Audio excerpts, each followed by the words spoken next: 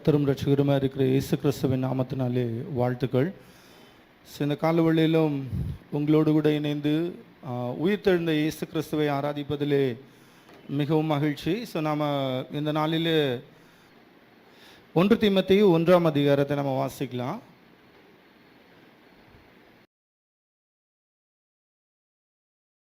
அப்போஸ்தலனாகிய பவுல் தீமோத்தேயுக்கு எழுதின முதலாம் நிருபம் அதிகாரம் 1.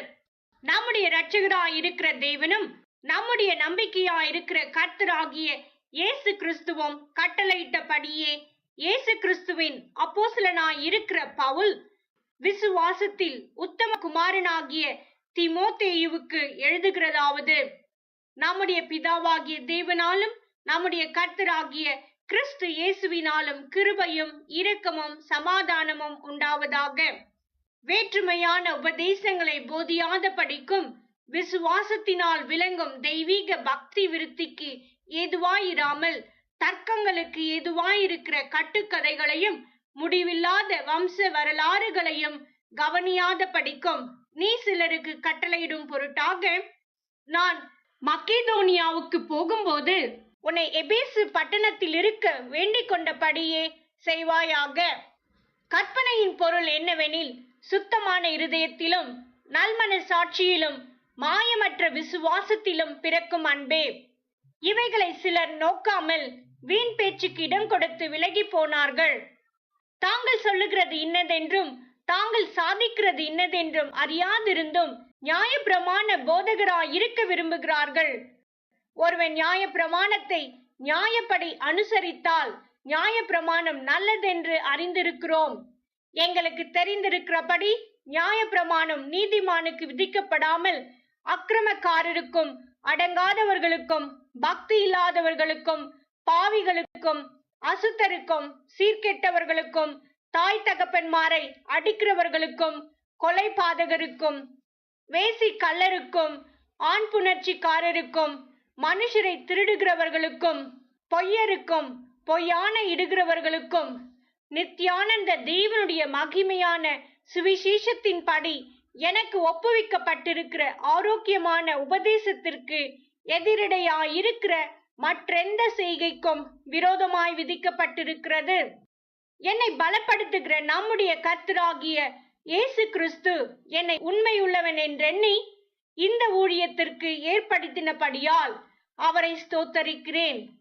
முன்னே நான் தூஷிக்கிறவனும் துன்பப்படுத்துகிறவனும் கொடுமை செய்கிறவனுமாயிருந்தேன்.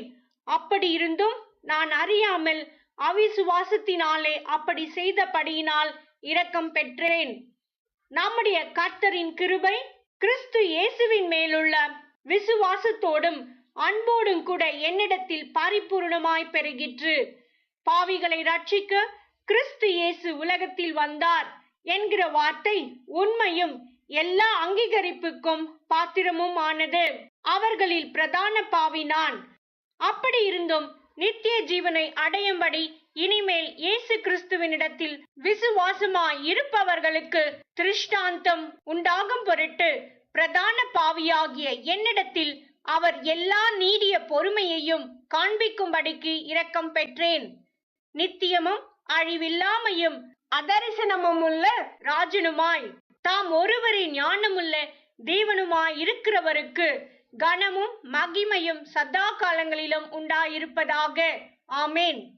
குமாரனாகிய தீமோத்தேயுவே, உன்னை குறித்து முன் உண்டான தீர்க்க தரிசனங்களின் படியே நீ அவைகளை முன்னிட்டு நல்ல போராட்டம் பண்ணும்படி இந்த கட்டளையை உனக்கு ஒப்புவிக்கிறேன்.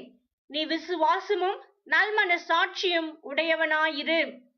இந்த நல்மன சாட்சியை சிலர் தள்ளிவிட்டு விசுவாசமாகிய கப்பலை சேதப்படுத்தினார்கள். இமேனேயும் அலெக்சாந்தரும் அப்படிப்பட்டவர்கள். அவர்கள் தூஷியாதபடி சிட்சிக்கப்பட அவர்களை சாத்தானிடத்தில் ஒப்புக்கொடுத்தேன். ஜெபிக்கலாம். கிருபையுள்ள பிதாவே, இந்த காலவெளியில நாங்கள் உம்மை நன்றியோடு கூட துதிக்கிறோம், ஸ்தோத்திரிக்கிறோம். பரிசுத்தரும் ஆண்டவரே, அதரிசனமுள்ள ராஜனுமாய் நித்தியமும் அழியில்லாமையும் உடையவரே, நாங்கள் உம்மை துதிக்கிறோம். உயிர் தெழுந்தவரே, ஆண்டவரே, பிதாவின் சிங்காசனத்தில் தேவரீர் வலது வாரிசத்திலே வீற்றிருக்கிற மகிமையின் தேவரீர், நாங்கள் உம்மை நன்றியோடு கூட இந்த காலவெளியிலே துதிக்கிறோம், ஸ்தோத்திரிக்கிறோம். ஆண்டவரே, வாரத்தின் முதல் நாள் உயிர்த்தெழுந்த நாளிலே 1ஆம் நூற்றாண்டு அப்போஸ்தலர்களும் 1 நூற்றாண்டு திருச்சபையும் கூடி வந்த ஆண்டவரே, உம்மை துதித்தது, உம்மை புகழ்ந்தது, உம்முடைய உயிர்த்தெழுதலை அவர்கள் நினைவு கூர்ந்தார்கள். ஆண்டவரே, இந்த காலவெளியிலே அப்படி ஆண்டவரே குமாரனாகி இயேசு கிறிஸ்துவை தேவன் என்று ஆண்டவரே அப்பா நாங்கள் உணர, நாங்கள் அனுபவிக்க, மகிமைப்படுத்த ஆண்டவரே இந்த காலவெளியிலே நீர் எங்களுக்கு உதவி செய்வீராக. கர்த்தரும் இரட்சகருமா இருக்கிற இயேசு கிறிஸ்துவின் நாமத்தில் செபிக்கிறோம் ஜீவனுள்ள நல்ல பிதாவே, ஆமென். ஸோ இந்த வேத பகுதி நாங்கள் சகோதரர்களாக காலையில் நாங்கள் ஜெபித்துட்டு இருக்கோம். ஸோ அந்த மார்னிங் ப்ரேயரில் நாங்கள் சமீபத்தில் 1 தீமோத்தேயுவை வாசிச்சுட்டு இப்போ 2 தீமோத்தேயுக்கு வந்திருக்கோம். ஸோ அவைகளை நாங்கள் பார்க்கும் பொழுது நாங்கள் அநேக காரியங்கள் விசேஷமாய் அப்போஸ்தலனாகிய பவுல், இது பாஸ்டோரல் எபிஸ்டல் அப்படின்வாங்க, அதாவது திருச்சபையின் தலைவர்களுக்கு எழுதப்பட்ட கடிதங்கள். பவுல் சிறைச்சாலையிலிருந்து எழுதின கடிதத்தில் இதுவும் ஒரு கடிதம். இதில் விசேஷமான ஒரு சில வித்தியாசங்களை நாம் பார்ப்போமானால், பவுல் இந்த நிருபத்திலையும் தீத்து நிருபத்திலையும் நம்முடைய இரட்சகராய் இருக்கிற தேவன் அப்படின்ற பதத்தை அதாவது நம்முடைய ரட்சிப்பு தேவனாலே உண்டாயிருக்கிறது என்பதை நாம் நினைவு கூறும்படிக்கு அதை கடிதத்தின் துவக்கத்திலேயே ஆரம்பிக்கிறத நம்ம பார்க்க முடியும். இன்னொன்று, பவுல் இந்த நிருபத்தில் 1 தீமோத்தேயு 2 தீமோத்தேயுல இயேசு கிறிஸ்து என்கிறத வார்த்தைக்கு பதிலாக கிறிஸ்து இயேசு என்கிற பதத்தை அதிக முறை பயன்படுத்துகிறதையும் நம்ம பார்க்க முடியும். அவருடைய நார்மலான ரைட்டிங் பேட்டர்னில் அந்த ஒரு டிஃப்ரென்ஸை பார்க்க முடியும். ஏன் அப்படின்னா, இயேசு கிறிஸ்துவின் உயிர்த்தெழுதலும் அதுதான் திருச்சபைக்கு ஆதாரமானது. அதே மாதிரி இயேசு மாம்சத்திலே வந்தவர், அவர் யார் அப்படின்னா அவர் தேவன் அப்படின்ற அந்த காரியத்தை வலியுறுத்தவும் அப்போஸ்தலனாகிய பவுல் அந்த கையாடலை இங்கே பயன்படுத்துகிறத நம்ம பார்க்க முடியும். ஸோ இங்கே முதல் 3வது வசனத்தில் பவுல் இந்த நிருபத்தை ஏன் எழுதுகிறார் அப்படின்ற நோக்கத்தை சொல்றார். என்ன சொல்றாருன்னா, வேற்றுமையான உபதேசங்கள் எபேசு திருச்சபையில் என்ன பண்ணப்படுகிறது, போதிக்கப்படுகிறது. ஸோ அப்போ வேற்றுமையான உபதேசங்கள், இன்னைக்கு காலவெளியில் நம்ம சத்தியம் எவ்வளோ முக்கியமானது அப்படின்னு பார்த்தோம்ல. நாம் தேவனை குறித்து அறிகிற காரியங்கள் உபதேசங்கள் அல்லது டாக்ட்ரைன்ஸ் அப்படின்னு சொல்லப்படுகிறது. அது சத்தியத்தை குறித்ததான நம்முடைய அறிவை பொறுத்தது. நம்முடைய அறிவு அப்படின்னா நமக்கு ஏதோ வர அறிவு இல்லை.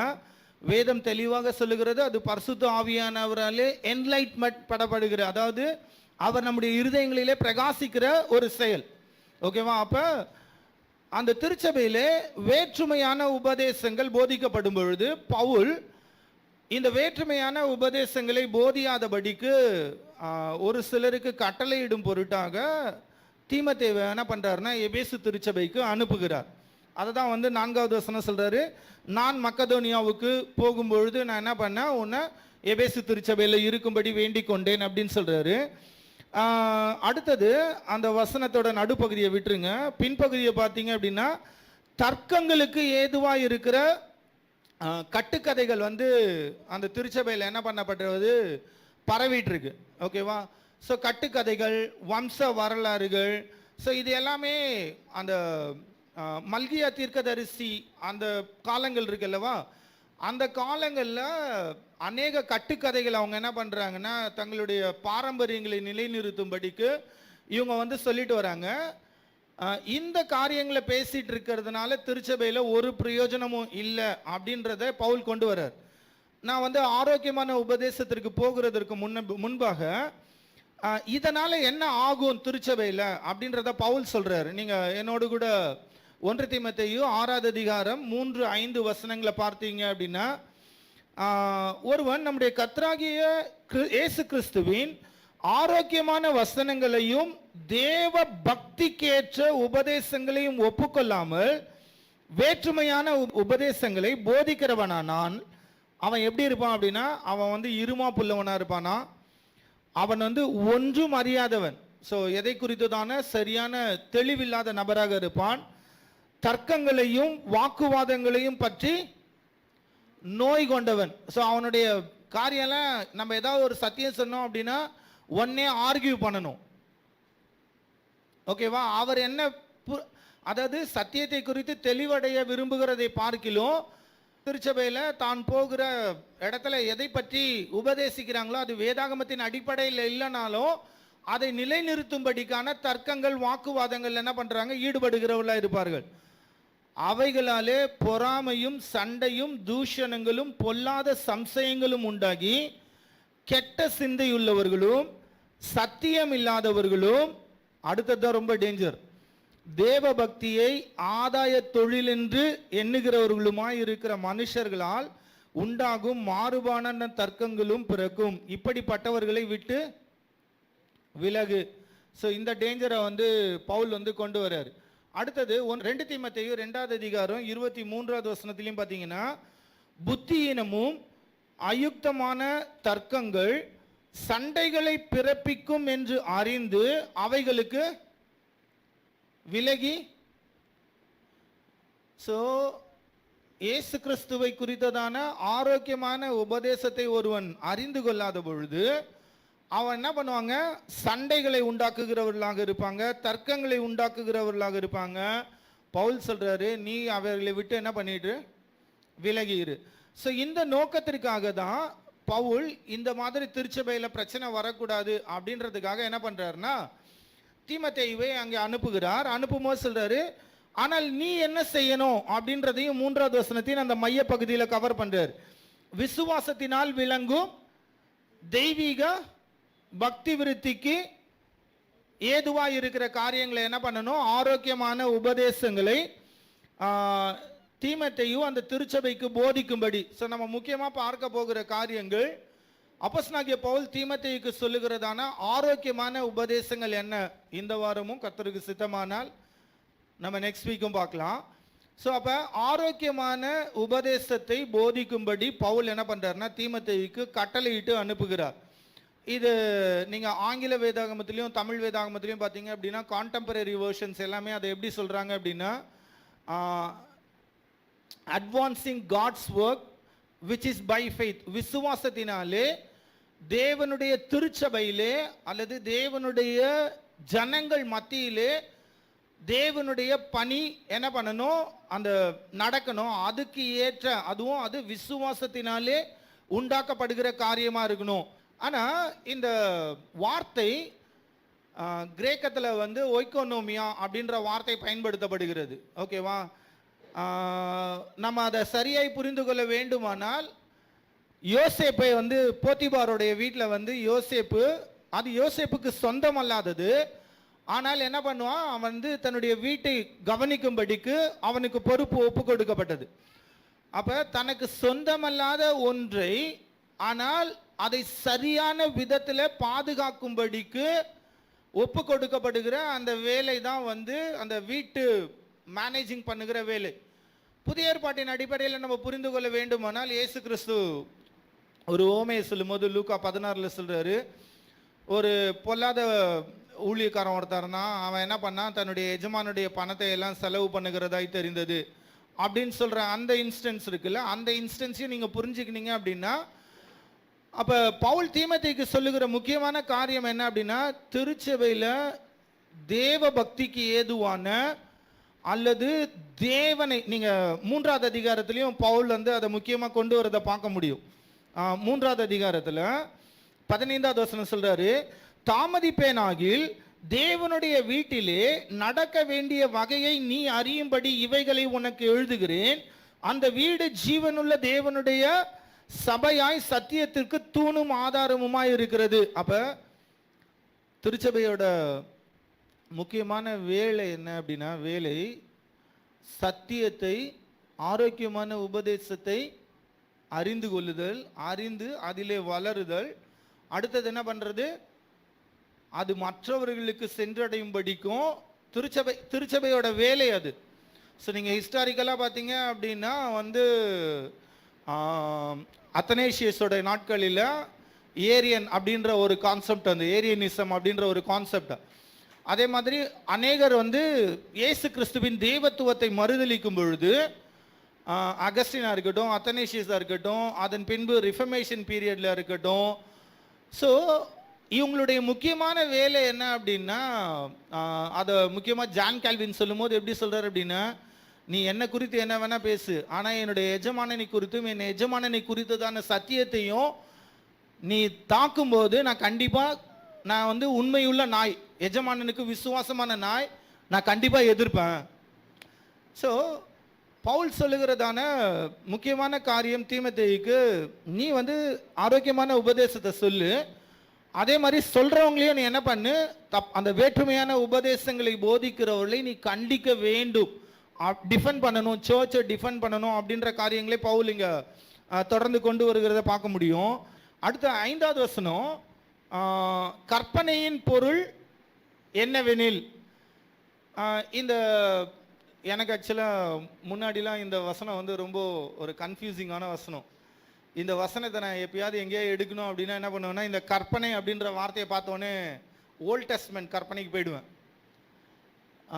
ஓ அப்போ நியாயப்பிரமாணத்தை நம்ம இப்படி தான் புரிஞ்சுக்கணுமோ அப்படின்ட்டு.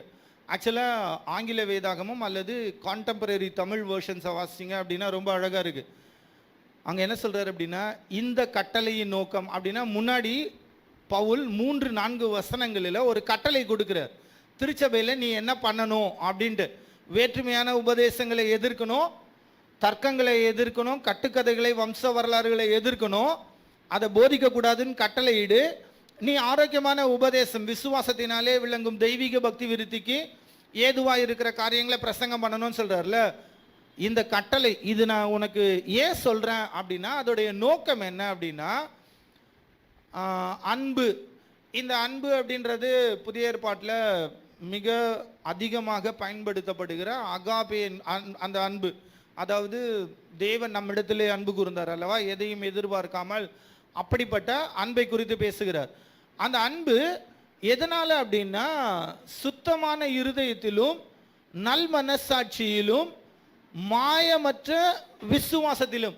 இந்த 3 காரியங்களை நீங்க யோசிச்சு பாருங்களேன். சுத்தமான இருதயம், நல்மனசாட்சி, மாயமற்ற விசுவாசம். இது நம்மாலே உண்டாக்கப்படுகிற காரியங்களா? கலாத்தியர் 5ல் அந்த ஃப்ரூட்ஸ் ஆஃப் ஸ்பிரிட், கரெக்டாக பரிசுத்த ஆவியானவராலே உண்டாகிற கனி அப்படின்ற அந்த காரியங்களில் பார்த்தீங்க அப்படின்னா, இது ஒரு மனிதனுக்குள்ளாக யாராலே உண்டாக்கப்படுகிறது? தேவனாலே உண்டாக்கப்படுகிறது. இது எப்படி தேவனாலே உண்டாக்கப்படுகிறது அப்படின்றத நம்ம புரிஞ்சுக்கணும். அப்படின்னா, இந்த வசனத்தை தொடர்ந்து எழுதிட்டே வர பவுல் தன்னுடைய இந்த வசனத்துக்கான அந்த நடுவில் இருக்க ஒரு சின்ன முடிவுரைக்கு வரும்பொழுது அவர் 12வது வசனத்தில் சொல்றார் பாருங்களா, என்னை பலப்படுத்துகிற நம்முடைய கர்த்தராகிய இயேசு கிறிஸ்து என்னை உண்மையுள்ளவன் என்று எண்ணி. ஸோ இங்கே வந்து ஆக்சுவலாக 17வது வசனம் ஃபுல் டாக்ஸாலஜி போறாரு, முழுவதுமாய் தேவனை துதிக்கிற காரியத்திற்கு போறாரு.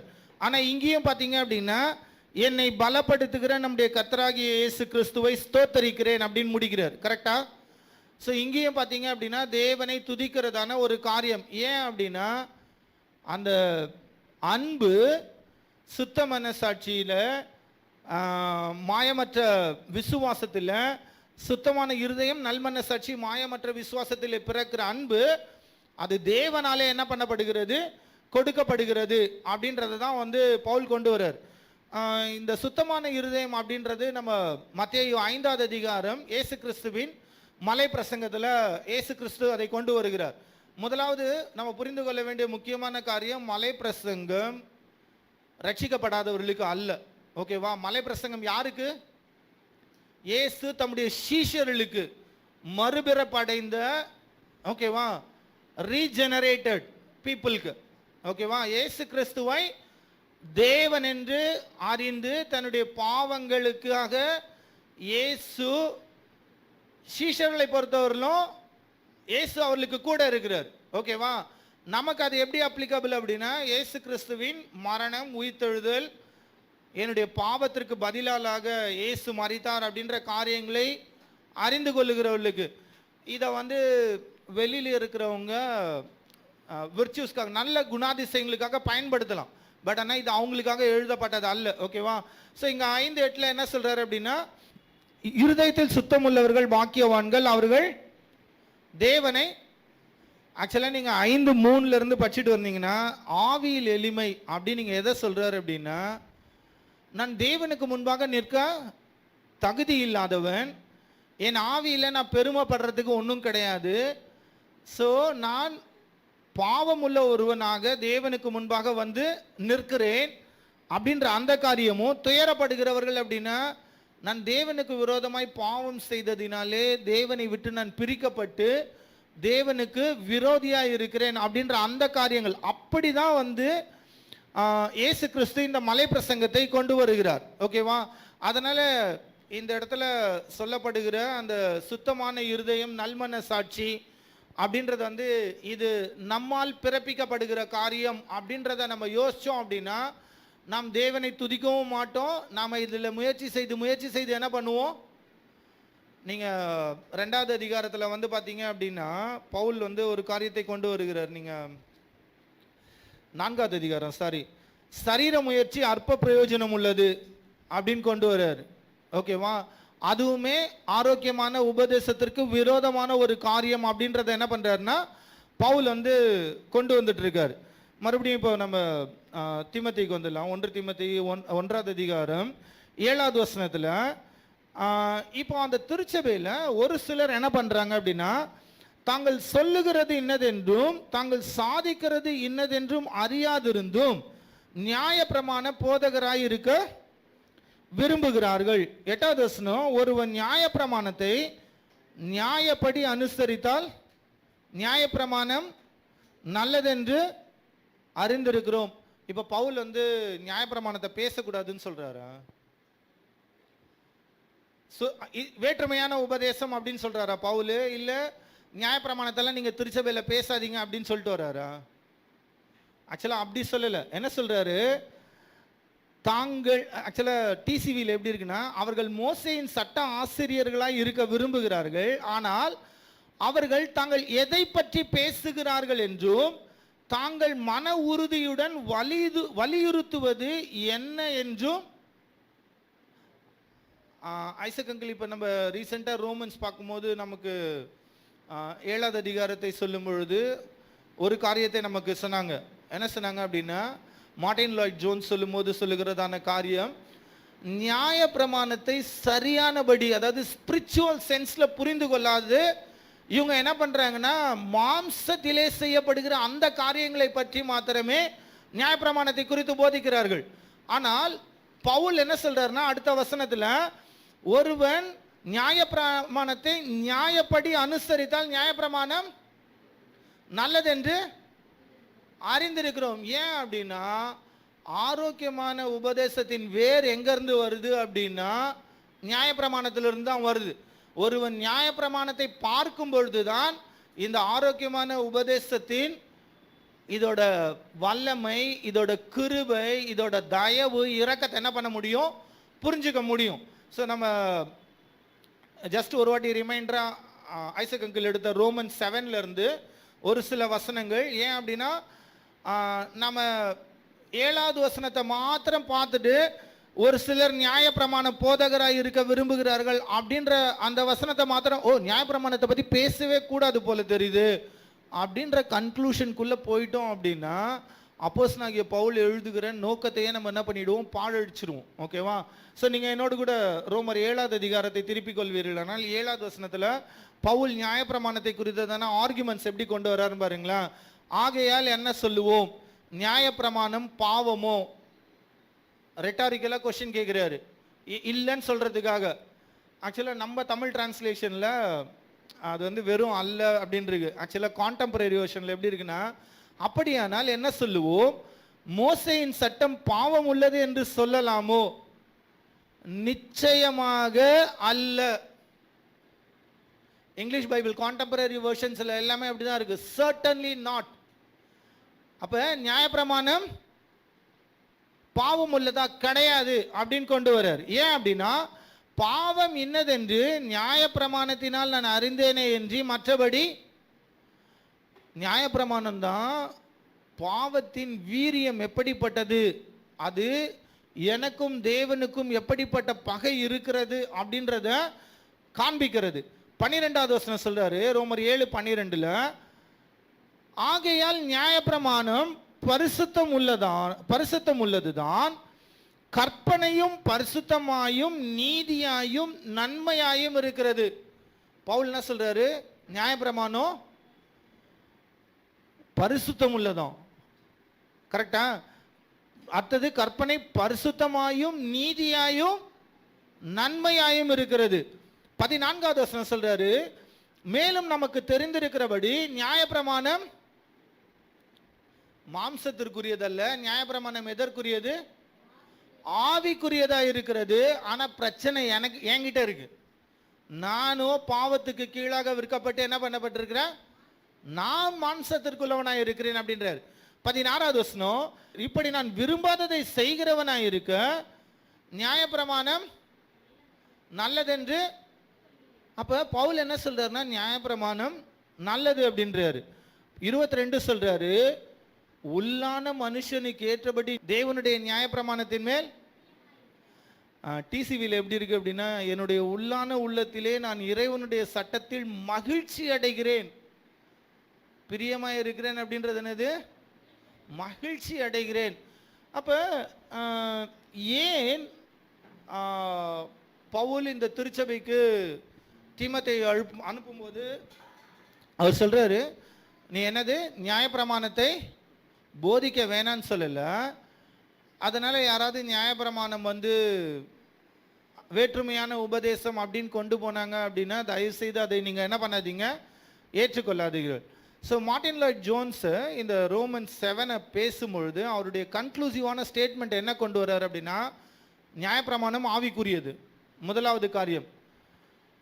இது நம்முடைய வெளிப்புறமான அல்லது சரீர பிரகாரமான தேவனுடைய பிரமாணங்களுக்கு கீழ்ப்படிதலை மாத்திரம் பேசல, நம்முடைய உள்ளான பரிசுத்தத்தையும், அதாவது நம்முடைய இருதயம், நம்முடைய இருதயத்தின் விருப்பங்கள், ஆசைகள், அப்புறம் நம்முடைய இருதயத்தின் மோட்டிவ்ஸ், நோக்கங்கள் எப்படிப்பட்டதாக இருக்கிறது அப்படின்றத நமக்கு வகையறுத்து என்ன பண்ணுதா, அது நாம என்னுடைய நீதி அல்ல, எனக்கு தேவனால் உண்டாக்கப்பட்டிருக்கிற நீதி வேண்டும் என்கிற ஒரு இடத்துல நம்மளை கொண்டு போய் நிறுத்தும். ஸோ அதுதான் நியாயப்பிரமாணத்தின் வல்லமை. ஸோ நியாயப்பிரமாணத்தை நம்ம புரிந்து கொள்ள, அதாவது தேவனுடைய அந்த பரிசுத்தமான தேவனுடைய நான் பரிசுத்தர் ஆகையால் நீங்கள் பரிசுத்தராக இருங்கள் அப்படின்னு தேவன் சொல்லும் பொழுது நாமளும் நீங்களும் நினைக்கிற மாதிரி ஏதோ, நீங்க மத்தேயு 5வது அதிகாரத்தில் படிக்கும் போதே சொல்றாருல, அங்கு சொல்லப்பட்டிருக்கிறது என்னது, விபச்சாரம் செய்யாதிருப்பாயாக, ஆனால் நான் உங்களுக்கு சொல்லுகிறேன். அதோடைய முழுமையான அர்த்தம் என்ன அப்படின்னா, இருதயத்தில் அது நடக்கக்கூடாது அப்படின்னு சொல்றார். அப்ப இப்படிப்பட்ட அந்த தேவனுடைய கற்பனையை ஒருவனாலும் என்ன பண்ண முடியாது, மீட் பண்ண முடியாது. அதை தான் சொல்றாரு. ஸோ அப்ப நியாயப்பிரமாணம் என்ன செய்யும் அப்படின்னா, பாவம் நம்ம எவ்வளவாய் சீரழித்து விட்டது, பாவத்தின் தாக்கம் நம்ம மேல் எவ்வளவாக இருக்கிறது அப்படின்றதையும், பரிசுத்தமான தேவன் எப்படிப்பட்டவர், அவருடைய பிரமாணங்கள் எப்படிப்பட்டது, அவரிடத்தில் சேருகிறவர்கள் பரிசுத்தம் இல்லாமல் ஒருவனும் தேவனை தரிசிக்க முடியாது. அப்படிப்பட்ட தேவனிடத்தில் நான் கிட்டி சேர வேண்டுமானால் என்கிட்ட இருக்கிறதெல்லாம் வெறும் குப்பை தான், அதை கொண்டு போக முடியாது அப்படின்ற ஒரு காரியத்திற்குள்ளாக நியாயப்பிரமாணம் நம்மை கொண்டு நிறுத்தும். அதான் பர்பஸ். அதனால தான் கலாத்தியர்ல சொல்றாரு, நியாயப்பிரமாணம் என்னவா, நம்மை கிறிஸ்துவின் இடத்தில் நடத்துகிற டீச்சர். டீச்சரோட வேலை என்ன, புரியாததை புரிய வச்சு, கரெக்டா, அதுதான் டீச்சிங். ஸோ உபதேசம் அல்லது டிடாஸ்கோ அப்படின்ற காரியம் சபையிலே ஏன் செய்யப்பட வேண்டும் அப்படின்னா, நம்முடைய பலவீனங்களை நாம் உணர்ந்தவர்களாக தேவனால் உண்டாயிருக்கிற நன்மைகளை நாம் பெற்று அனுபவிக்கும்படிக்கு நமக்கு உதவி செய்ய வேண்டும். என்னோட கூட நீங்கள் அடுத்தது அந்த 1 தீமோத்தேயுல பவுல் நியாயப்பிரமாணத்தை, இந்த வசனத்தை நம்ம படித்தோன்னோ நம்ம இருதயம் ரொம்ப சந்தோஷமாயிடும். கரெக்டாப்பா, நியாயப்பிரமாணம் நமக்கு இல்லடா அப்படின்ட்டு. கரெக்டா? ஏன் அப்படின்னு என்ன சொல்றாரு, எங்களுக்கு தெரிந்திருக்கிறபடி நியாயப்பிரமாணம் நீதிமானுக்கு, எப்பா எனக்கு இல்லடா, நாளா நீதிமான்டா. என்னது, நாளா நீதிமான்? அப்படியே வாசிங்களேன். அக்கிரமக்காரருக்கும் அடங்காதவர்களுக்கும், பக்தி இல்லாதவர்களுக்கும், பாவிகளுக்கும், அசுத்தருக்கும், சீர்கெட்டவர்களுக்கும், தாய் தகப்பன்மாரை அடிக்கிறவர்களுக்கும், கொலைபாதகருக்கும், வேசிக்கல்லருக்கும், ஆண் புணர்ச்சிக்காரருக்கும், மனுஷரை திருடுகிறவர்களுக்கும், பொய்யருக்கும், பொய்யானை இடுகிறவர்களுக்கும். பிரதர், இதெல்லாம் பாதி எங்கிட்ட இல்லவே இல்லை பிரதர், அதனால இது ஆக்சுவலாக எனக்கு இல்லை அப்படின்னு நம்ம நினச்சோம் அப்படின்னா, பவுல் இந்த திருச்சபைக்கு எழுதுகிறதான நோக்கத்தையே நம்ம என்ன பண்ணுவோம், வீணடிச்சிரும். ஓகேவா? 11வது வசனத்துல இன்னும் திருத்தமா சொல்றாரு, நித்தியானந்த தேவனுடைய மகிமையான சுவிசேஷத்தின்படி எனக்கு ஒப்புவிக்கப்பட்டிருக்கிற ஆரோக்கியமான உபதேசத்திற்கு எதிரடையா இருக்கிற, இதெல்லாம் எனக்கு தெரிஞ்ச பாவங்கள் நியாயப்பிரமாணத்தின் அடிப்படையில் நான் ஈஸியா மென்ஷன் பண்ணிட்டேன். இது மாத்திரம் லிஸ்ட்ல இல்லை, எதெல்லாம் புதிய ஏற்பாட்டின் அப்போஸ்தலர்களுக்கு ஒப்பு கொடுக்கப்பட்ட உபதேச சட்டம், ஆரோக்கியமான உபதேச சட்டம், இயேசு கிறிஸ்துவினாலே நாம் நீதிமான்கள் ஆக்கப்படுகிறோம். எது? இயேசு ஜஸ்டிஃபிகேஷன் பை ஃபெய்த் அலோன் அப்படின்ற அந்த ஆரோக்கியமான உபதேச சட்டத்திற்கு எதிரடையா இருக்கிற எல்லாத்தையுமே அந்த ஒரே பாக்ஸ்குள்ள நீங்க அடக்கிக்கிங்க அப்படின்னு சொல்றாரு. இப்போ நம்ம இதை படிக்கும் பொழுது, பிரதர், இது ஆக்சுவலாக பவுல் நமக்கு எழுதல பிரதர். நியாயப்பிரமாணம் நீதிமானுக்கு விதிக்கப்படாமல், நான் எங்கள் அப்பா அம்மாவை நான் அடித்ததில்லை, நான் சீர்கெட்டவனாம் கிடையாது, நான் கொலை செஞ்சதில்லை, நான் வேசித்தனம் செஞ்சதில்லை. மறுபடியும் மத்தேயு 5க்கு போயிட்டு ஒரு வாட்டி டெஸ்ட் பண்ணிங்க. மத்தேயு 5ல் இயேசு சொல்கிறாரு, இருதயத்தில் அப்படி பண்ண, என்னது, விபச்சார சிந்தை வந்தாலே பாவம் பண்ணிட்டோன்னு அர்த்தம். அடுத்த சொல்றாரு, யார் கொலைபாதகன் தன் சகோதரனுக்கு விரோதமாய் பொய் சாட்சி சொல்ற, உன் சகோதரனை உன் இருதயத்தில் நீ நிந்திப்பாயானால் மூடனே சொல்லு. அந்த ஸ்டாண்டர்டை நம்மளால என்ன பண்ணவே முடியாது, மீட் பண்ணவே முடியாது. அப்ப பவுல் இங்க நம்மளாம் நீதிமான் அப்படின்னு சொல்ல வரல, நம்மளையும் என்ன சொல்றாரு, அதை தான் சொல்ல வர்றாரு. என்னோட கூட நீங்க என்ன பண்ணுங்கன்னா ரோமர் 3:9 வாசிக்கலாம். நம்ம ஏற்கனவே ரொம்ப ஃபெமிலியரான பேசேஜ் இது, ஐசக் அங்கிள் பல முறை எழுதுட்டாங்க.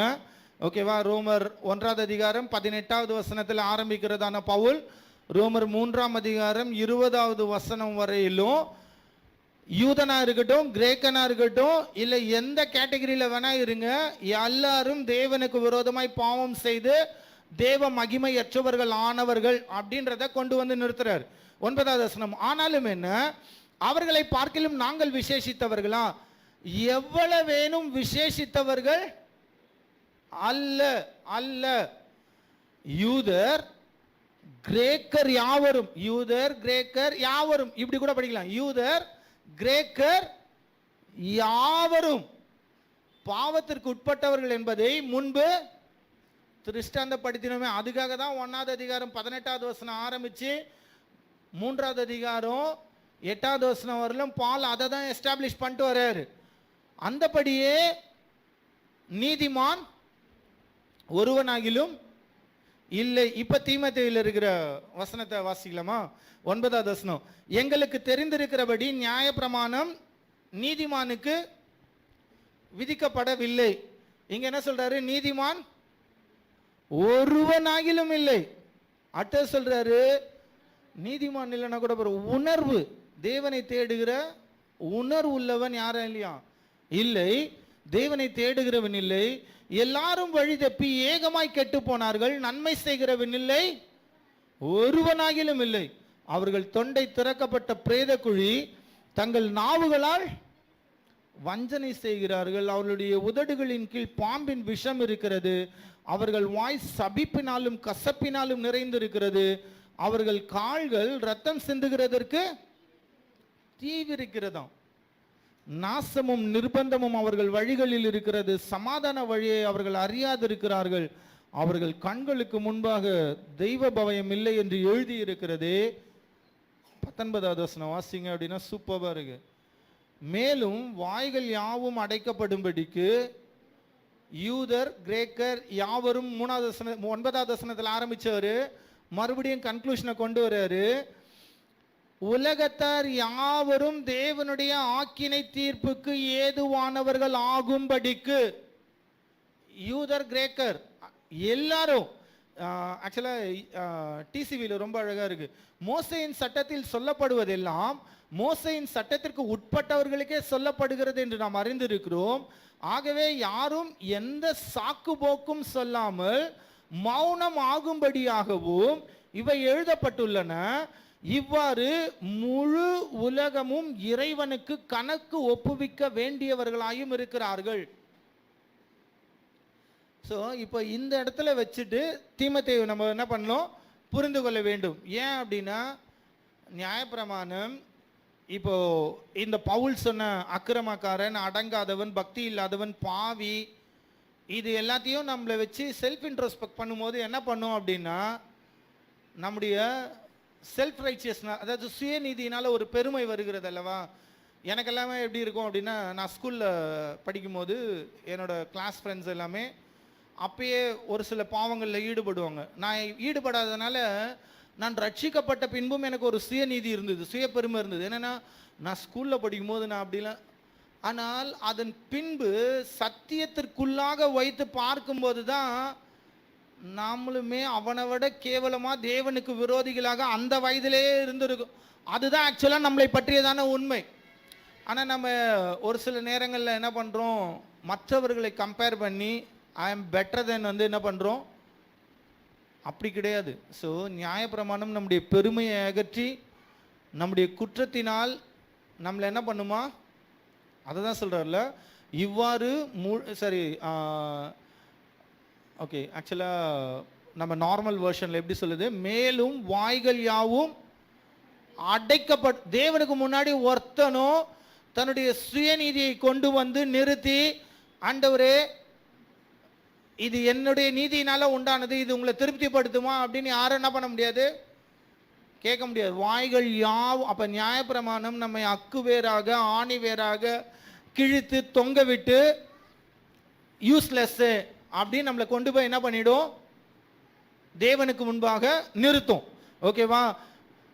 நம்முடைய சுயநீதியை வெறுமையாக்கி அடுத்து என்ன பண்ணும் அப்படின்னா, நியாயப்பிரமாணம் நம்முடையதல்லாத ஒரு தேவனால் உண்டாக்கப்பட்ட நீதி. அதுதான் ரோமர் 1:18 சொல்றாருல, தேவ கோபாக்கினை வெளிப்படுத்தப்பட்டது. 17 சொல்றாரு, எது வெளிப்படுத்தப்பட்டதா,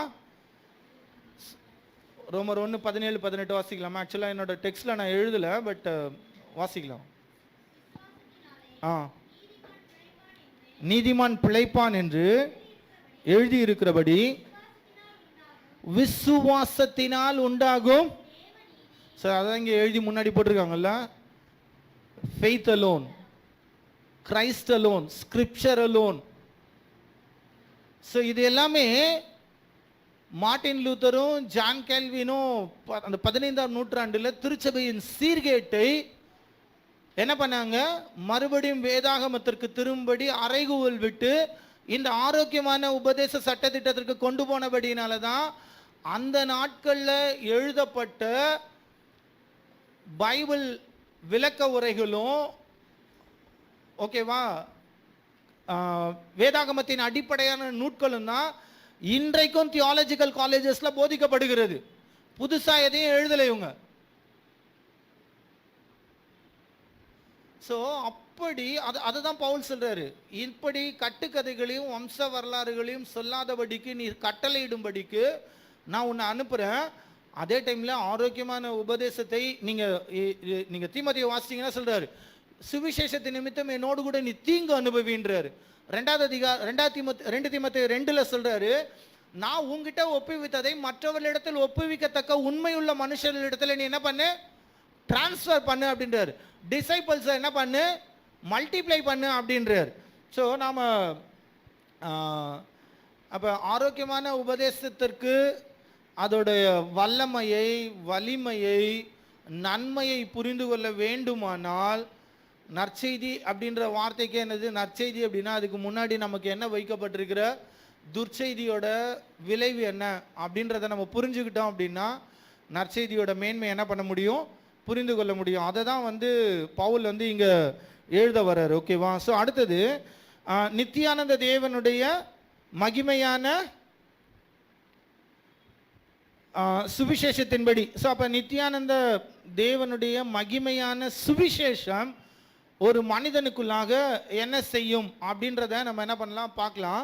அதுக்கு முன்னாடி ஆக்சுவலாக இன்னொரு ஸ்டேட்மெண்ட் நான் எழுதி வச்சுருந்தேன். என்னதில், நியாயப்பிரமாணம் உலகளாவிய பாவத்தை வெளிக்கொணர்ந்து தற்பெருமைக்கு இடமில்லாமல் கிறிஸ்துவின் மூலம் மட்டும் வரும் நீதியை நம்ம என்ன பண்ணுகிறது, தேடும்படிக்கு நம்மை தூண்டுகிறது.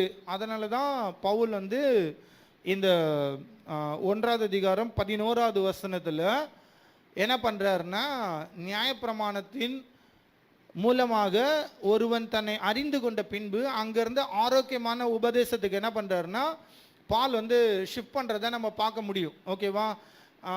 என்னோட கூட நீங்கள் என்ன பண்ணுங்கன்னா 12ஆவது வசனத்தை வாசிச்சிங்க அப்படின்னா, 12ஆவது வசனம், என்னை பலப்படுத்துகிற நம்முடைய கர்த்தராகிய இயேசு கிறிஸ்து என்னை உண்மையுள்ளவன் என்று எண்ணி இந்த ஊழியத்திற்கு என்னை, ஆக்சுவலாக நாம் எல்லாருமே ரோமர் 5ஆவது அதிகாரம் 6ஆவது வசனம் சொல்லுகிறது, நாம் பலவீனர்களை இருக்கும் பொழுது கிறிஸ்து நமக்காக, என்ன பலவீனம் அது? சரீர பலவீனத்தில் வியாதியில் இருந்த பலவீனத்தை பற்றி பேசுகிறதா? ரோமர் 5:6 எதை பற்றி பேசுது? அன்றியும் நாம் பலனற்றவர்களாய் இருக்கும் போதே. அப்படின்னா என்ன பலவீனம் பிரதர்? எனக்கு ஒரு நாள் தான் பிரதர் ஃபீவர் இல்லாமல் ஃபீவர் இருந்தது, அந்த பலவீனத்தை பற்றி பேசுகிறார்? இல்லை, நாம் இயேசு கிறிஸ்துவை தேவன் என்று அறியும்படிக்கான சுயபலம் கிடையாது. ஓகேவா? ஏன் அப்படின்னா பவுல் வந்து கொரிந்திய சபைக்கு எழுதும் பொழுது 1 கொரிந்தியர் 1ஆவது அதிகாரம் 21ஆவது வசனம் சொல்றாரு, எப்படி எனில் தேவன் ஞானத்திற்கு ஏற்றபடி உலகமானது சுயஞானத்தினாலே தேவனை அறியாதிருக்கையில் பைத்தியமாய் தோன்றுகிற பிரசங்கத்தினாலே விசுவாசிகளை ரட்சிக்க தேவனுக்கு. அப்ப இங்க பவுல் என்னை பலப்படுத்தினார், என்னை பலப்படுத்துகிற நம்முடைய கர்த்தராகிய இயேசு கிறிஸ்து என்னை உண்மை உள்ளவன் என்று எண்ணி, அப்படின்னா நான் சுவிசேஷத்தை சரியாய் அறியும்படிக்கு நான் பலவீனமாயிருந்தேன், ஆனால் அவர் என்னை என்ன பண்ணாரா, பலப்படுத்தினார் அப்படின்னு சொல்றாரு.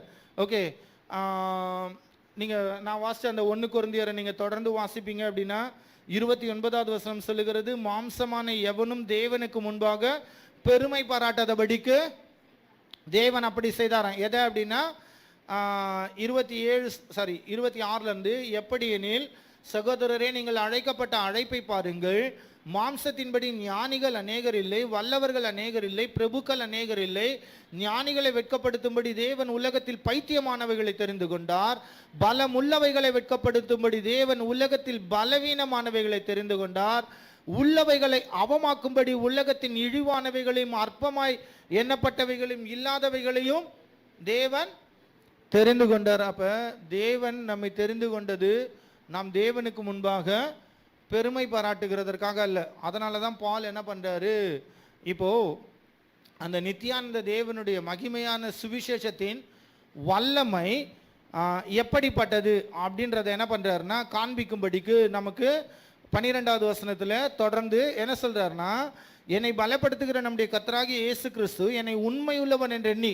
ஸோ என்னை உண்மை உள்ளவன், நான் உண்மை உள்ளவன் அப்படின்னு சொல்லல, என்னை உண்மை உள்ளவன் என்று எண்ணி என்ன பண்ணாரா, இந்த ஊழியத்திற்கு ஏற்படுத்தினபடியால் அவரை ஸ்தோத்தரிக்கிறேன். ஸோ இப்போ இந்த ஆரோக்கியமான உபதேசம் அல்லது அந்த நித்தியானந்த தேவனுடைய மகிமையான சுவிசேஷம் ஒரு மனிதனுக்குள்ளாக எதை செய்யும் அப்படின்னா, பவுல் சொல்றாரு, முன்னே நான் தூஷிக்கிறவனும் துன்பப்படுத்துகிறவனும் கொடுமை செய்கிறவனுமாய் இருந்தேன், நான் அறியாமல் அவிசுவாசத்தினாலே அப்படி செய்தபடியினால் இரக்கம் பெற்றேன்.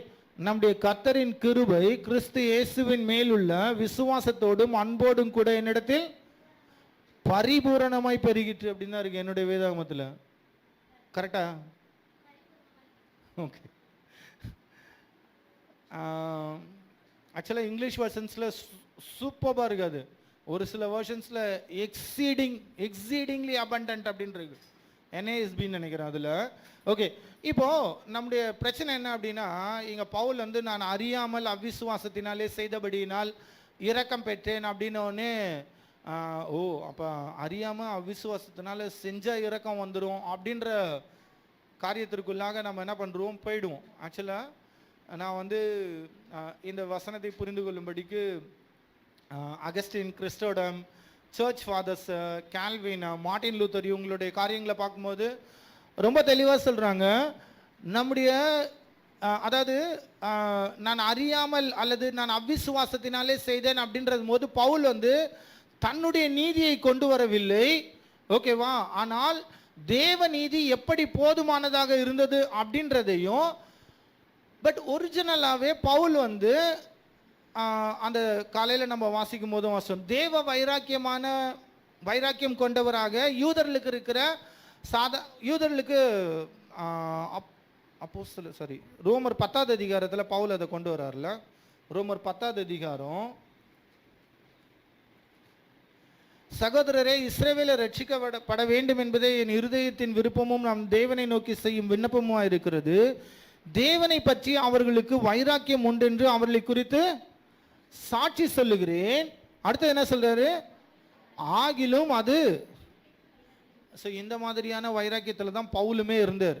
ஓகே, நீங்கள் அப்போஸ்தலர் 22வது அதிகாரத்தை வாசிங்க அப்படின்னா அவர் சொல்றாரு, நான் யூதன், 3வது வசனம், நான் யூதன், சிலிசியா நாட்டில் உள்ள தர்சு பட்டணத்திலே பிறந்து இந்த நகரத்திலே கமாலியலின் பாதத்தருகே வளர்ந்து முன்னோர்களுடைய வேத பிரமாணத்தின்படி திட்டமாய் போதிக்கப்பட்டு இன்றைய தினம் நீங்கள் யூதர்களோடு கூட தன்னை அடையாளப்படுத்துகிறார். நீங்கள்லாம் எப்படி ஒரு தேவ பக்தி, அந்த தேவ நீதி கிறிஸ்துவினாலே வருகிறது, அதை விட்டுட்டு நீங்கள் எப்படி இருந்தீங்களோ அந்த மாதிரியான வைராக்கியம் உடையவனாக தான் நான் இருந்தேன் அப்படின்னு சொல்கிறார்.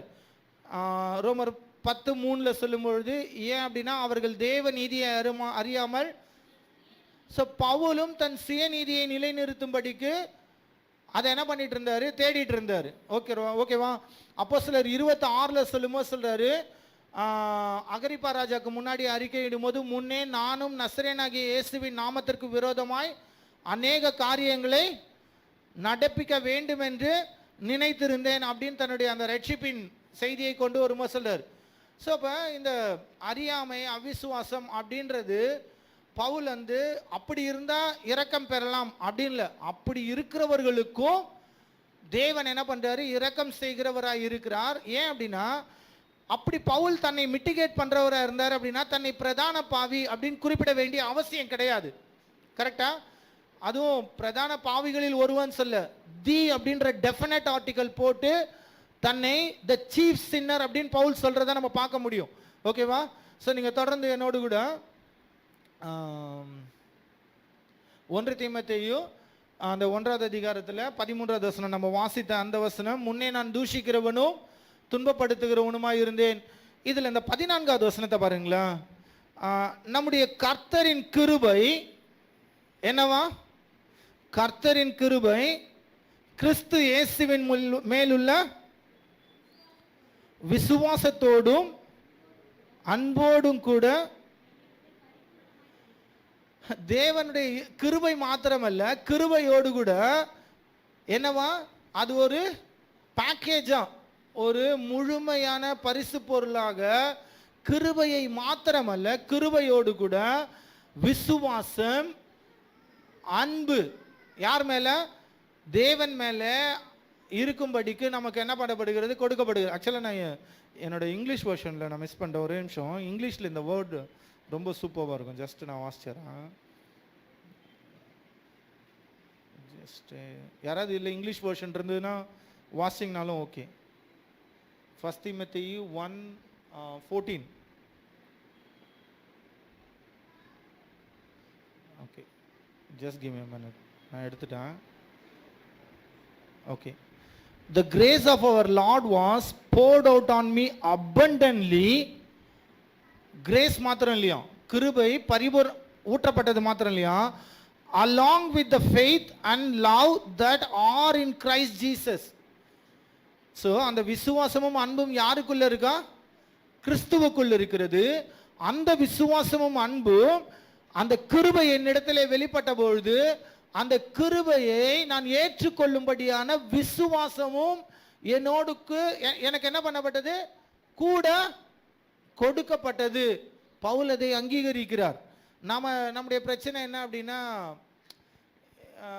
விசுவாசம் அப்படின்றது யாரால உண்டாகிறது? நம்மளால உண்டாகிறது அப்படின்னு நம்ம நினச்சிட்டு இருக்கோம். ஓகே, ஸோ ஜான் கால்வின் வந்து இதை கோட் பண்ணும்போது எப்படி சொல்கிறாரு அப்படின்னா, விசுவாசம் அப்படின்றது பரிசுத்த ஆவியானவருடைய முதன்மையான வேலை. ஒரு மனிதனுக்குள்ளாக பரிசுத்த ஆவியானவருடைய முதன்மையான வேலை என்னது? விசுவாசத்தை. ஏன்? விசுவாசத்தினாலே தான் நாம் இயேசு கிறிஸ்துவை அறிந்து கொள்ள முடியும், அந்த கிருபையை அக்செப்ட் பண்ணுகிறவர்களாக மாற முடியும். அப்போ விசுவாசம் என்பது பரிசுத்த ஆவியானவரின் முதன்மையான வேலை. அடுத்தது அவர் சொல்லும் பொழுது, the illumination of the spirit is superior to reason. இதை நம்ம புரிஞ்சுக்கணும் அப்படின்னா, எனக்கு இயேசு கிறிஸ்து, யாராவது ஒருத்தர் ட்ரை பண்ணுங்களா, மாம்சத்திலே வந்த இயேசு கிறிஸ்துவை நான் தேவனாக அக்செப்ட் பண்ணுகிறதுக்கு அறிவியல் பூர்வமான ஏதாவது ஒரு 2 காரணங்களை சொல்லுங்களா? அறிவியல் பூர்வமாக ஏதாவது ஒரு 2 காரணம். கிரேக்க தத்துவ ஞானிகள்லாம் இருந்தாங்கல்ல, அவங்க எல்லாம் வந்து ஏன் ஏன் ஏன் அப்படின்னு கேள்வி கேட்கணும் அப்படின்றாங்க. அந்த மாதிரி give a scientific reason or a rational. ஓகேவா? இயேசு கிறிஸ்து தேவன் என்கிறதற்கு ரேஷனல் கொடுங்களா? பரிசுத்த ஆவியானவரால் மாத்திரம்தான் நம்மளை நம்ப வைக்க முடியும். எழுதப்பட்ட வேதாகமத்திலிருந்து பரிசுத்த ஆவியானவரால் மாத்திரமே மாம்சத்திலே வந்த இயேசு கிறிஸ்து முழுவதும் தேவன் அப்படின்றத நாம் நம்புகிறதற்கான விசுவாசத்தை நம்மிலே உண்டாக்க முடியும். எந்த ரீசனும் ஹெல்ப் பண்ணாது. நமக்கு எல்லாருக்குமே தெரிந்த வசனம் 2 கொரிந்தியர் 4வது அதிகாரம் 6வது வசனம். ஒரு சிலருக்கு 4வது வசனம் சொல்லுகிறது, மகிமையான சுவிசேஷம் அவர்களுக்கு பிரகாசமாயிராதபடி இப்பிரபஞ்சத்தின் தேவனானவன் அவர்கள் மனதை குருடாக்கினான். ஆனா ஒரு கூட்டத்துக்கோ என்ன சொல்றாங்க? 6வது வசனம் வாசிங்க, 4:6. இருளில் இருந்து, அப்படியே ஆதியாகமம் 1வது அதிகாரம் போனீங்க அப்படின்னா, let there be a light அப்படின்னு சொன்னாராம், வெளிச்சம் உண்டாயிட்டோம். So let there be a faith. என்னவா? இயேசு கிறிஸ்து ஆரோக்கியமான உபதேசம் என்ன அப்படின்னா, விசுவாசம் நம்மளாலே உண்டாக்கப்படுகிறது அல்ல. Let there be a faith. It was created by God the Spirit. வாசிங்க sister.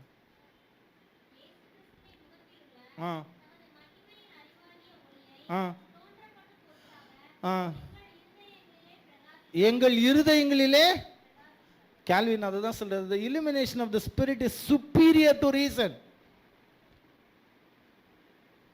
Faith therefore is more of heart than of brain.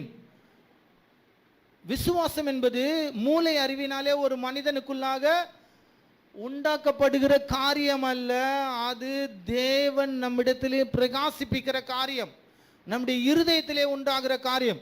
and more of the disposition than of the understanding. புரிந்து கொள்ளுகிறதல்ல, புரிந்து கொண்டு நான் இயேசு கிறிஸ்துவை மாத்திரமே பின்பற்றுவேன் என்ற முடிவுக்கு நம்மை கொண்டு போகிற ஒரு காரியமா. தேவனால் பிரகாசிக்கப்படும் போது மாத்திரம்தான். எத்தனையோ பேர் வந்து ஆக்சுவலாக ஜான் மெக்கார்த்தர் சொல்லும்போது சொன்னார், ஒரு சிலர் வந்து இயேசு கிறிஸ்துவை நான் வந்து இரட்சகராக பார்க்கிறேன், ஆனால் இயேசு கிறிஸ்துவை நான் தேவனாக பார்க்க முடியாது அப்படின்னு சொன்னாங்க. அப்படின்னா it is not at all a faith. If you don't understand or accept the lordship of Christ, you are not saved. இயேசு கிறிஸ்துவை தேவன் என்கிற அவர் கர்த்தத்துவமுடையவர், அவர் தேவத்துவத்தின் பரிபூரணங்களை சரீர பிரகாரமாக இந்த மாம்சத்திலே இருக்கும் பொழுது வெளிப்படுத்தினார். அவர் தேவன் என்பதை ஏற்றுக்கொள்ளவில்லை என்றால் அவன் ரட்சிக்கப்பட்டவனே அல்ல. 1 யோவான் 2 யோவான் 3 யோவான் எல்லாமே அதுக்கு தான் எழுதுறார். யோவான் அவன் அந்தி கிறிஸ்து. மாம்சத்திலே வந்த இயேசு கிறிஸ்துவை அறிக்கை பண்ணுதல் அப்படின்னா இயேசு கிறிஸ்து நல்லவர் வல்லவர் இல்லை இல்லை, இயேசு கிறிஸ்து தேவன்.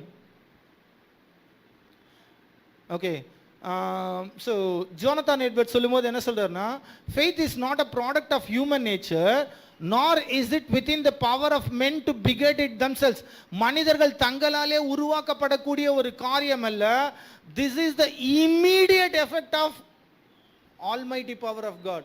பரிசுத்த ஆவியானவர் முதலாவது ஒரு மனிதனுக்குள்ளாய் வரும்பொழுது நடக்கிற முதல் காரியம் மாம்சத்திலே வந்த இயேசு கிறிஸ்துவை தேவன் என்று அங்கீகரித்தார்.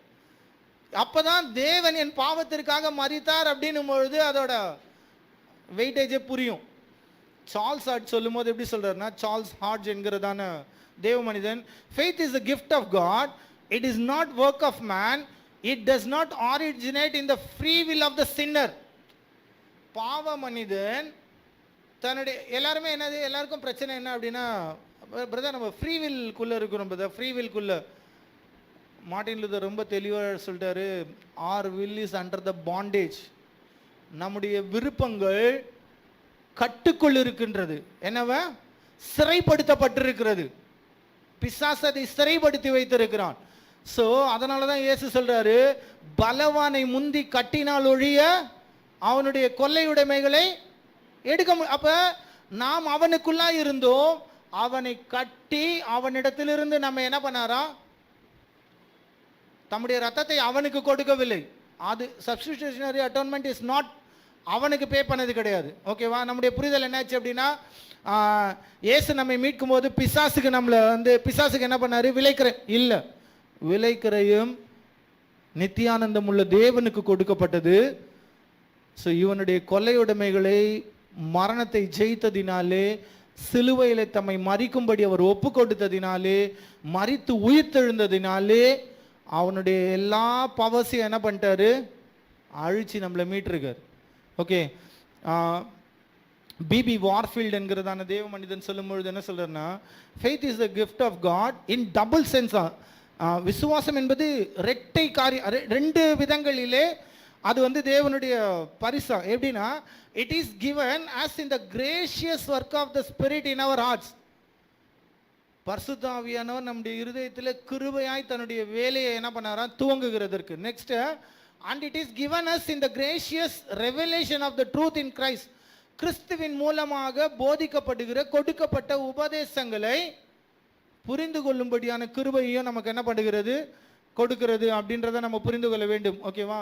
இப்போதான் 15வது வசனத்தில் ஆரோக்கியமான உபதேசத்தின் நியாயப்பிரமாணம், ஆரோக்கியமான உபதேசத்தின் ஒரு பகுதி, அது ஒரு மனிதனை நித்தியானந்த மகிமையை தேவனுடைய சுவிசேஷத்திற்கு கொண்டு வந்து எதை காண்பிக்கும் அப்படின்னா, பாவிகளை ரட்சிக்க கிறிஸ்து இயேசு உலகத்தில் வந்தார். கிறிஸ்து இயேசு உலகத்தில் வந்தார் என்கிற வார்த்தை, வந்தார் இயேசு கிறிஸ்து மாம்சத்திலே பாவிகளை ரட்சிக்கும்படிக்கு வந்தார் என்கிற வார்த்தை உண்மையும் எல்லா அங்கீகரிப்புக்கும் பாத்திரமானது. அவர்களில் பிரதான பாவி. ஆக்சுவலாக ஜான் மெக்காத்தா தன்னுடைய செர்மன்ல இந்த வந்தார் அப்படின்னு இருக்குல்ல, அந்த வார்த்தையை குறித்து சொல்லும்போது எப்படி சொல்றாருன்னா, he came into the world. this statement is very important statement. ஏன் அப்படின்னா, நீங்க 3வது அதிகாரம், இந்த அதிகாரத்தோட அடுத்த ஆரோக்கியமான உபதேசம் நம்ம எதை பார்க்க போகிறோம் அப்படின்னா, 3வது அதிகாரத்தின் 16வது வசனம், அன்றியும் தேவபக்திக்குரிய ரகசியமானது யாவரும் ஒப்புக்கொள்ளுகிறபடியே மகா மேன்மையுள்ளது, தேவன் மாம்சத்திலே வெளிப்பட்டார். அதை தான் பவுல் கொண்டு வர்றார். இந்த ஆரோக்கியமான உபதேசம் எதை கொண்டு வரும் அப்படின்னா, கட்டுக்கதைகளை அல்ல, மாம்சத்திலே வந்த இயேசு கிறிஸ்து யார்? அவர் தேவன். அவர் எதற்காக வந்தார்? பாவிகளை ரட்சிக்கும்படிக்கு வந்தார். ஆக்சுவலா இந்த வந்தார் அப்படின்னு சொல்லும் பொழுது, it does not say he came into existence. உலகம் உண்டாக்கப்பட்டது, கரெக்டா? உலகம் முன்னாடி கிடையாது, அது உண்டாக்க, அந்த மாதிரி யாராவது இயேசு கிறிஸ்து உண்டாக்கப்பட்டார் அப்படின்னு நினைச்சுக்க போறீங்க. அவர் வந்தார் அப்படின்னா வேதாகமும் தெளிவாய் சொல்லுகிறது, அவர் வருகிறதற்கு முன்பே வேறொரு இடத்திலே அவர் இருந்தார். It does not say he came into being. அவர் ஜீவன் உள்ளவராக மாம்சத்திலே குழந்தைய, அவர் அதற்கு முன்பாகவே ஜீவனுள்ள தேவனாகவே நித்தியமாய் யுகா யுகமாய் இருக்கிறார். It does not say he was created. It does not say he was made. But it implies not only his incarnation but his pre-existence. ஆதியிலே வார்த்தை இருந்தது, அந்த வார்த்தை தேவனாய் இருந்தது, அந்த வார்த்தை தேவனாய். He was God.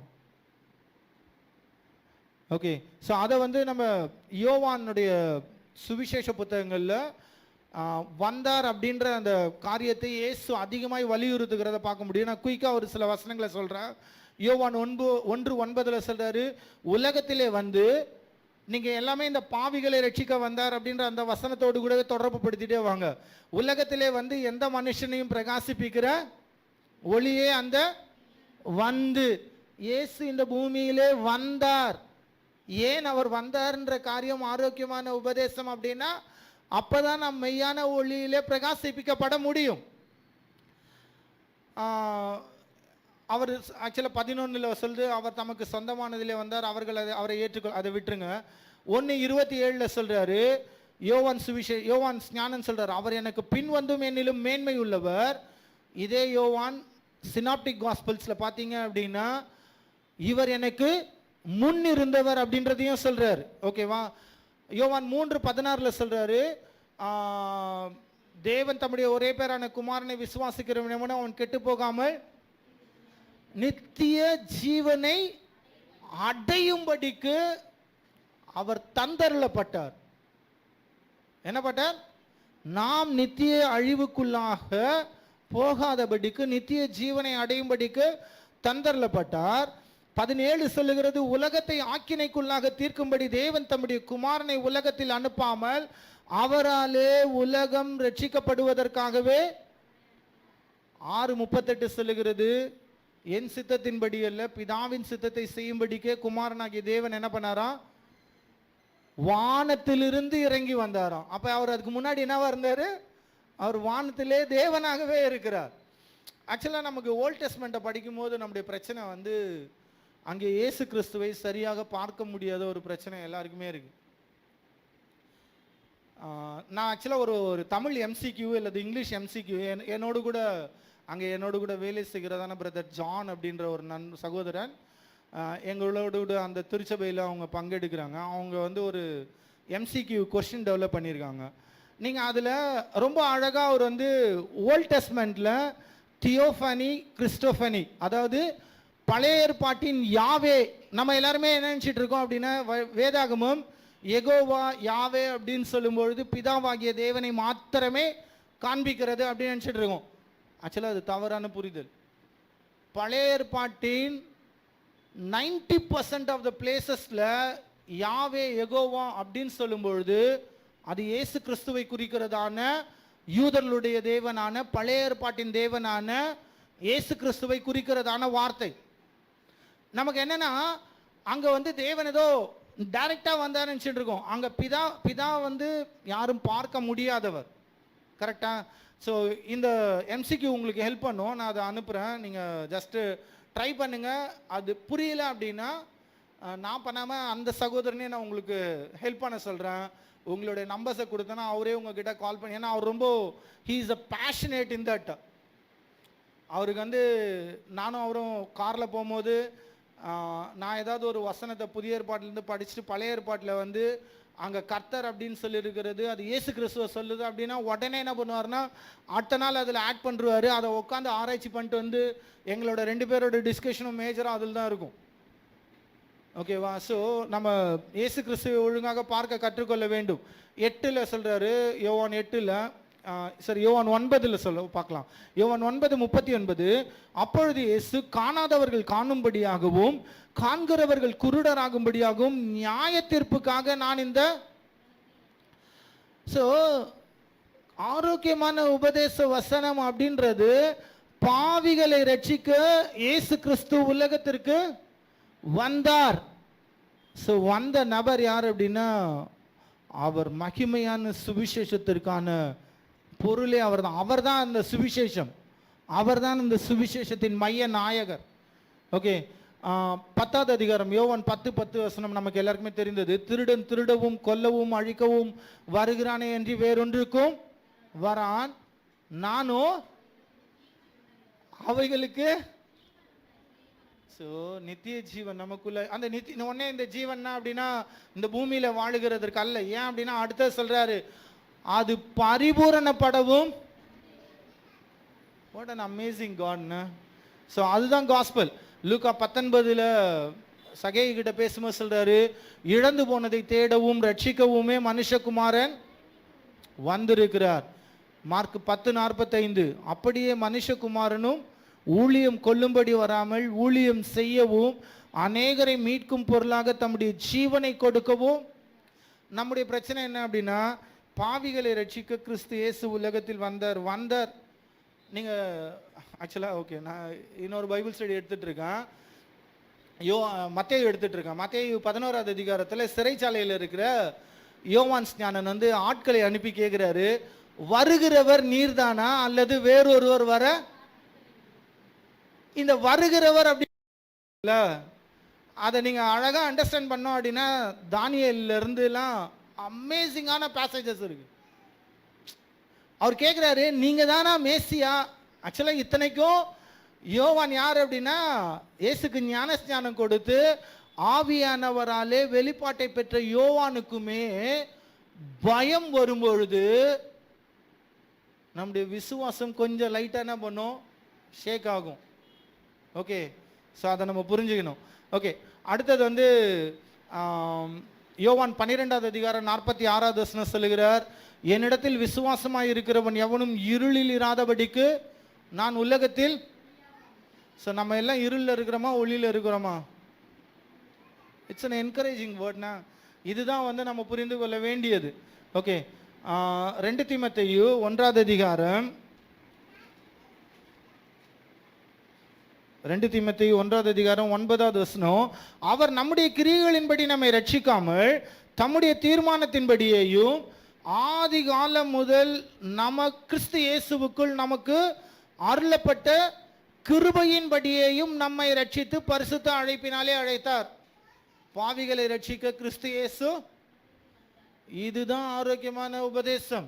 இதை விட்டுட்டு வியாதி நீங்கும்படி கிறிஸ்து இயேசு உலகத்தில் வந்தார் அப்படின்னு யாராவது சொன்னீங்க அப்படின்னா வேற்றுமையான உபதேசம். கடன் பிரச்சனையை நீக்கும்படி கிறிஸ்து இயேசு உலகத்தில் வந்தார், வேற்றுமையான உபதேசம்.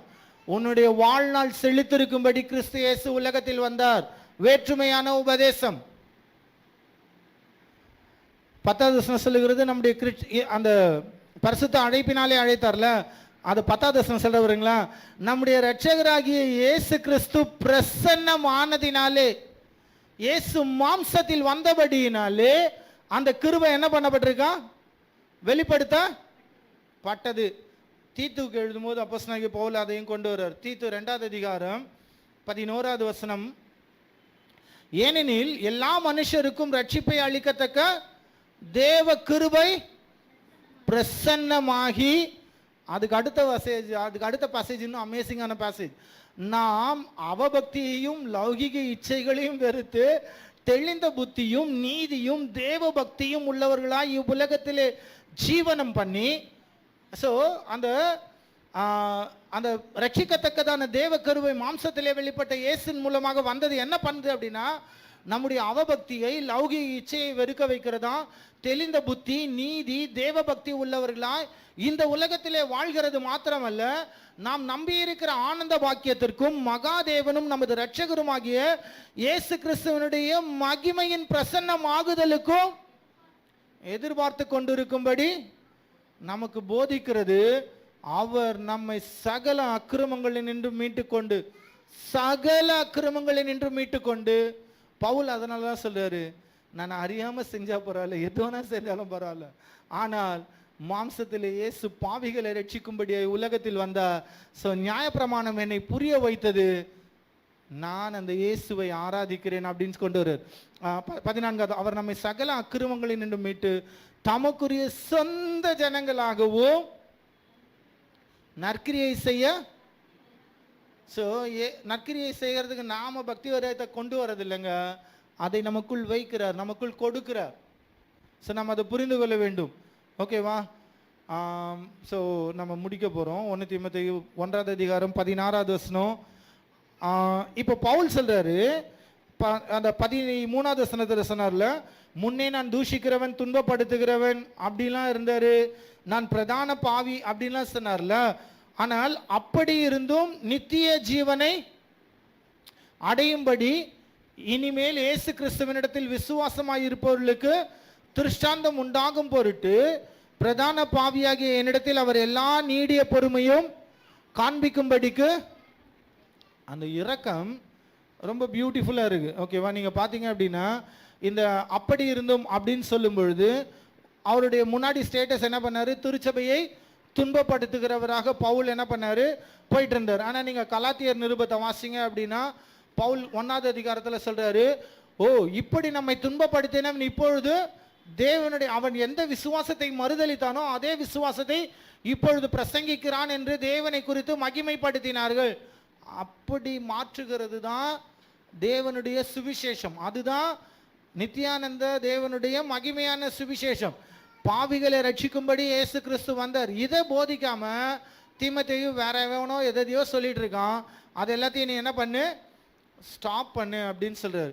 இந்த இடத்துல ஒரே ஒரு அந்த ஃப்ரேஸை மாத்திரம் நம்ம பார்த்துட்டு, பிரதான பாவியாகிய என்னிடத்தில் அவர் எல்லா நீடிய பொறுமையையும் காண்பிக்கும்படி இரக்கம் பெற்றேன்.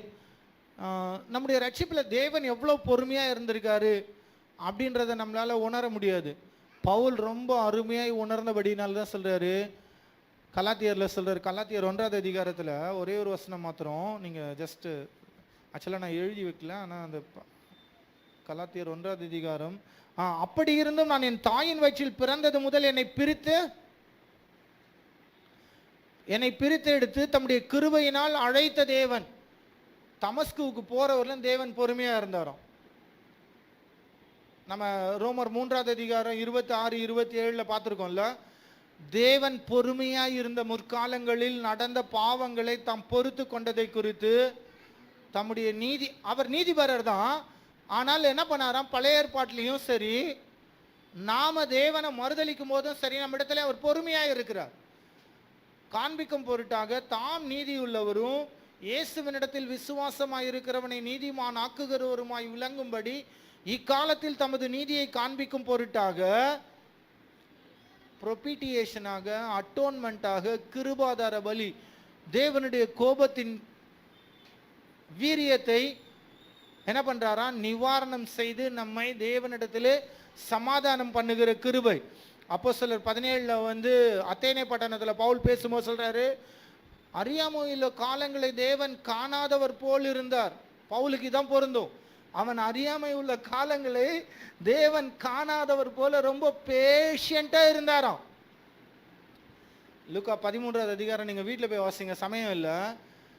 இயேசு கிறிஸ்து கிட்ட சொல்றாங்க, பிலாத்து ஒரு சில கலிலேயர்களை பலி செலுத்தும்படி வந்தவங்களை கொன்னுட்டான் அப்படின்னு சொல்லும்போது இயேசு கேட்குறாரு, அப்படிப்பட்டவைகள் சம்பவித்தபடினாலே எல்லா கலிலேயரை பார்க்கிலும் அவர்கள் பாவிகளாக இருந்தார்கள் என்று நினைக்கிறீர்களோ? அடுத்தது இயேசு சொல்றாரு, எப்பா கலிலேயனை விட்டுருப்பா, எருசலேமில் ஒரு கோபுரம் இடிந்து விழுந்து 18 பேர் செத்தாங்கல்ல, அங்கே என்ன கொண்டு வர்றாரு அப்படின்னா முக்கியமான ஒரு விஷயத்தை நீங்கள் போயிட்டு வீட்டில் வாசிங்க. 6வது வசனத்திலேருந்து ஒரு ஓமையை சொல்றாரு. ஒரு திராட்சை தோட்டத்திலே ஒரு அத்தி மரம் நடப்பட்டிருந்ததாம். ஆக்சுவலாக இது நமக்கு யூனிக்காக இருக்கலாம், ஆனால் யூதர்கள் அதை செய்கிறவர்கள். ஆனால் அத்திமரம் எந்த விதமான கடின உழைப்பும் இல்லாமலே வரக்கூடிய ஒரு விஷயம். ஆனால் திராட்சை தோட்டம் என்ன பண்ணணும்? திராட்சை தோட்டத்தின் ஒரு ஊமையை இயேசு சொல்லும்போது சொல்றாரு, ஏன்னா யூதர்களை திராட்சை தோட்டத்திற்கு ஒப்பிடுவாங்க. நீங்கள் ஏசாயா 5 பார்த்தீங்கன்னா இருக்கும், சுற்றிலும் வேலி அடைத்து என்ன பண்ணாங்களா? ஒரு ஆலையை உண்டு பண்ணி. அப்போ ஒரு திராட்சை தோட்டம் அப்படின்னா ரொம்ப பேஷியண்ட்டாக இருந்து டைம் ஸ்பெண்ட் பண்ணாதான் அதை கரெக்டான அறுவடை செய்ய முடியும். அப்படிப்பட்ட திராட்சை தோட்டத்திலே அத்தி மரத்தை நட்டு எல்லா விதமான உதவிகளையும் செய்தாராம். ஆனாலும் மறுதலிப்பு தொடர்ந்துட்டே இருந்ததாம். பிதாவாகிய தேவன் சொன்னாராம், எதற்கு இது இந்த தோட்டம் என்ன பண்ணுது? இது தோட்டத்தையும் அப்பொழுது அவன் 7வது வசனம், அப்பொழுது அவன் தோட்டக்காரனை நோக்கி, இதோ 3 வருஷமா இந்த அத்தி மரத்திலே கனியை தேடி வருகிறேன். 3 வருஷமா, அது கனி கொடுக்க வேண்டிய காலம் ஆரம்பித்து 3 வருஷம் ஆச்சா, ஒரு கனியே இல்லையா? இதை வெட்டி போடு, இது நிலத்தையும் ஏன் கெடுக்கிறது என்றான். அதற்கு தோட்டக்காரராகிய இயேசு சொன்னாராம், பிதாவை பார்த்து, ஐயா இது இந்த வருஷமும் இருக்கட்டும், நான் இதை சுற்றிலும் கொத்தி எரு போடுவேன், கனி கொடுத்தால் சரி, கொடாவிட்டால். ஆனால் நம் கனி கொடுக்கும்படியான எல்லா காரியத்தையும் இயேசு கிறிஸ்து நம்முடைய வாழ்க்கையில் நடப்பித்தார். அதனால தான் நம்ம இன்றைக்கு ரட்சிக்கப்பட்டிருக்கிறோம். ஓகேவா? ஸோ அதை நம்ம புரிந்து கொள்ள வேண்டியும். ரோமரில் சொல்றாரு, தேவ தயவு நாம் குணப்படும்படி நம்மை ஏவுகிறதா, நம்மேல் நீடிய பொறுமை உள்ளவராக இருக்கிறாராம். பேதுரு எழுதுமோ சொல்றாரு, கர்த்தரின் நீடிய பொறுமையை ரட்சிப்பென்று எண்ணுங்கள். 2 பேதுரு 3:15. ஏன் தேவன், அதுவும் நீங்க ஆக்சுவலா பவுலுடைய வாழ்க்கையை பார்த்தீங்கன்னு வச்சுங்களா, எத்தனை பேர் இயேசு கிறிஸ்து சிலுவை வரை தான் துன்பத்தை அனுபவித்தாரா, அதற்கு பின்பு துன்பத்தை அனுபவித்தாரா? இயேசு கிறிஸ்து சிலுவை வரைதான் துன்பத்தை அனுபவித்தாரா, அல்லது அதன் பின்பும் துன்பத்தை அனுபவித்தாரா? இந்த கேள்விக்கு டக்குன்னு பதில் சொல்லுங்க. அதற்கு பின்பும் அனுபவித்தார், இன்றைக்கும் அனுபவித்துக் கொண்டு இருக்கிறார்.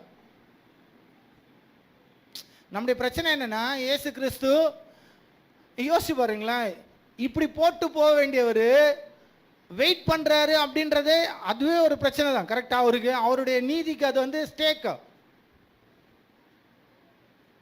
பவுல் கிட்ட சொல்றாரு, அதை மாத்திரம் நம்ம வாசி முடிச்சிடலாம். ஓகே,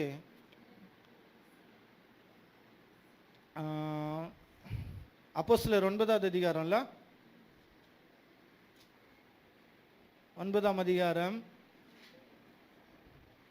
4வது வசனம். அவன் தரையிலே விழுந்தான். அப்பொழுது சவுலே சவுலே, நீ என்னை ஏன் துன்பப்படுத்துகிறாய் என்ற தன்னுடனே சொல்லுகிற ஒரு சத்தத்தை கேட்டான். அதற்கு அவன், ஆண்டவரே நீர் யார் என்றான். அதற்கு கர்த்தர், நீ துன்பப்படுத்துகிற இயேசு மரித்து உயிர்த்தெழுந்து. நீங்க எபேசியர் 1ஆம் அதிகாரத்தின் கடைசி 4 வசனங்களை வாசிங்கன்னா, இயேசு எங்க வீற்றிருக்காரு, அவருடைய வல்லமை என்ன வெளிப்படுத்தல பார்த்தீங்க அப்படின்னா, யூத கோத்திரத்து சிங்கம், அவர் என்னவா, சுருளை வாங்கவும் அதை பிரிக்கவும் அவர் எல்லா வல்லமையும் உடைய தேவன். அவர் பவுலுடைய வாழ்க்கையில் என்ன பண்ணாரா, நீடிய பொறுமை உள்ளவராக இருந்தாராம். பவுல் சொல்றாரு, இந்த ஆரோக்கியமான உபதேசம் பாவிக கிட்ட சொல்லுங்க, தேவன் உங்களுடைய ரட்சிப்பை கொடுக்கும்படிக்கு அவர் மாம்சத்திலே வெளிப்பட்டார், அவர் உங்களிடத்திலே தன்னுடைய ரட்சிப்பை நிறைவேற்றும்படிக்கு பொறுமை உள்ளவராக இருக்கிறார். அவர் கிருபையையும் கொடுத்து, விசுவாசத்தையும் கொடுத்து, அன்பையும் கொடுத்து உங்களை ரட்சிக்க விருப்பம் உள்ளவராக இருக்கிறார். இதை விட்டுட்டு நம்ம காஸ்பல் மெசேஜ் சொல்ல போனா ரோட்ல, இல்லை நம்ம கூட இருக்கவங்களுக்கு காஸ்பல் மெசேஜ் நம்ம சொன்னோன்னா எவ்வளவு கீழ்த்தரமாக நோய்களை குணமாக்குகிறவரா அதை மாத்திரமே காட்டுறோம். அதுதான் பிரச்சனை. அதை மாத்திரமே காட்டுறோம். அதனாலதான் வேற்றுமையான உபதேசங்களை போதிக்கிறவர்கள் என்ன பண்ணுவாங்க, தர்க்கங்களை தான் உண்டாக்குவார்கள், சண்டைகளை தான் உண்டாக்குவார். பவுல் சொல்றாரு, நிறுத்திரு. இதை தான் முடிக்கும் போது தான் பவுல் கடைசியாக வந்து அந்த ஒரே ஒரு வசனத்தை வாசிச்சுட்டு, நான் எதுவும் சொல்ல போகிறதில்ல, அந்த வசனத்தை வாசிடலாம். தான் இரக்கம் பெற்றேன் அப்படின்னு 16வது வசனத்தில் சொல்லுகிறவர் இப்போ சொல்கிறார். 17வது வசனம், நித்தியமும் அழிவில்லாமையும் அதரிசனமுள்ள ராஜனும். எவ்வளோ அட்ஜெக்டிவ்ஸ் பாருங்களா தேவனை. இப்போ பவுல் தன்னுடைய வாழ்க்கையில் பாவிகளை ரட்சிக்க கிறிஸ்து இயேசு உலகத்தில் வந்தார் அப்படின்னு தன்னுடைய வாழ்க்கையில நடைபெற்ற ஒரு காரியத்தை உணர்ந்த போது அந்த டாக்ஸாலஜி எப்படி சேஞ்ச் ஆகுது பாருங்களா. நித்தியமும் அழிவில்லாமையும் அதரிசனமுள்ள ராஜனுமாய் தாம் ஒருவரே ஞானமுள்ள தேவனுமாய் இருக்கிறவருக்கு கனமும் மகிமையும் சதா காலங்களிலும் உண்டாயிருப்பதாக. நம்ம துதி எப்ப நமக்குள்ள உண்டாகும் அப்படின்னா, நியாயப்பிரமாணத்தை நாம் சரியாய் புரிந்து கொண்டு, இயேசு கிறிஸ்து என் பாவங்களுக்காக தேவன் மாம்சத்திலே வெளிப்பட்டார், அவர் எனக்காக மரித்தார், அவர் முழுவதும் தேவத்துவத்தை உடைய நபர் அப்படின்ற அந்த காரியத்தை நாம் புரிந்து கொண்டபடினாலே, பரிசுத்த ஆவியானவர் நம்மை புரிந்து கொள்ள வைத்தபடினாலே நாம் ரட்சிக்கப்பட்டிருக்கிறோம் அப்படின்ற அந்த உறுதித்தன்மையை உணர்ந்தவர்களாக மற்றவங்களுக்கு நீங்கள் காஸ்பல் ஷேர் பண்ணும்போதும் சரி, உங்கள் குடும்பத்தை போதித்து நடத்தும் போதும் சரி, தயவு செய்து வேற்றுமையான உபதேசங்கள், வம்ச வரலாறுகள், கட்டுக்கதைகள், நம்முடைய மிஷினரிஸ் செய்கிற மிகப்பெரிய பிரச்சனை அதுதான். என்ன பண்ணுறாங்க, நார்த்லேருந்து இங்கே வந்து கதைகளை தான் பேசிகிட்டு இருக்காங்க. கரெக்டா? நாங்கள் அங்கே போனோம், அங்கே ப்ரேயர் பண்ணோம், அவங்களுக்கு அது நடந்தது, இப்படிப்பட்டவங்க ரட்சி. அங்கே பேச வேண்டியது நித்தியானந்த தேவனுடைய மகிமையான சுவிசேஷம். பாவிகளை ரட்சிக்க கிறிஸ்து இயேசு அதுக்கு அந்த மெசேஜுக்கான இடத்தையே நம்ம கம்மி பண்ணிடுறோம். ஸோ இந்த காலவெளியில் நாம் அதை அனுபவித்தவர்களாக பவுல் முடிக்கிற அந்த டாக்ஸாலஜி, நித்தியமும் அழிவில்லாமையும் அதரிசனமுள்ள ராஜனுமாய், அப்படிப்பட்ட மகிழ்ச்சி நம்முடைய இருதயத்தில் உண்டாகவும் மற்றவர்களுக்கு அது உண்டாகும்படியான ஆரோக்கியமான உபதேசத்தை கொடுக்கிற சீஷர்களை தேவன் நம்மிடத்தில் தொடர்ந்து வேலை செய்யும்படிக்கு நாம் ஜெபிக்கலாம். கிருபையுள்ள பிதாவே, இந்த காலவெளியில் நாங்கள் உம்மை நன்றியோடு கூட துதிக்கிறோம், ஸ்தோத்திரிக்கிறோம் ஆண்டவரே. இந்த காலவெளியில் நித்தியானந்தமுள்ள அந்த தேவனுடைய மகிமையின் சுவிசேஷம் ஒரு மனிதனுக்குள்ளாக அவனுடைய நிலைமையை உணர வைத்து அவனுடைய தற்பெருமைகளை உடைத்து இயேசு கிறிஸ்துவினாலே உண்டாகிற தேவ நீதிக்கு அவனை கொண்டு வந்து நிறுத்துகிறது என்பதை நாங்கள் உணர ஆண்டவரே, எங்களுடைய வாழ்க்கையில் நீங்கள் செய்திருக்கிற நன்மைகளுக்காய் நாங்கள் உம்மை ஸ்தோத்திரிக்கிறோம் ஆண்டவரே. அந்த கிருபை பிரசன்னமானது. What an amazing lord. உங்களுடைய முதலாம் வருகை ஆண்டவரே எவ்வளவாய் காரியங்களை எங்களுக்கு கொடுத்திருக்கிறது. உம்முடைய இரண்டாம் வருகைக்கு காத்திருக்கிறவர்களை எங்களை மாற்ற பண்ணுகிறது. அந்த நம்பிக்கையை எங்களிலே ஆண்டவரே தொடர்ந்து அதிலே நிலைத்திருக்கும்படிக்கு எங்களுக்கு உதவுகிறது ஆண்டவரே. இந்த காலவெளியில் அப்படிப்பட்ட ஆரோக்கியமான உபதேசத்திற்கு செவி சாய்க்கிறவர்களாய் நாங்களும் மற்றவர்களுக்கு அதை நாங்கள் பகிர்ந்து கொடுக்கிறவர்களாய் இருக்கவும் ஆண்டவரே, தீமோத்தேயு சீஷனுக்கு என்ன வேலை கொடுக்கப்பட்டதோ அதே ஆண்டவரே சீஷர்களாய் இருக்கிற எங்களுக்கும் கொடுக்கப்பட்டிருக்கிறது என்பதை உணர்ந்தவர்களாய் நாங்கள் ஆண்டவரே கடந்து செல்ல கர்த்தர் இந்த காலவெளியில் நீர் எங்களுக்கு உதவி செய்வீராக. இயேசு கிறிஸ்துவின் மூலம் ஜெபிக்கிறோம் ஜீவனுள்ள நல்ல பிதாவே, ஆமென்.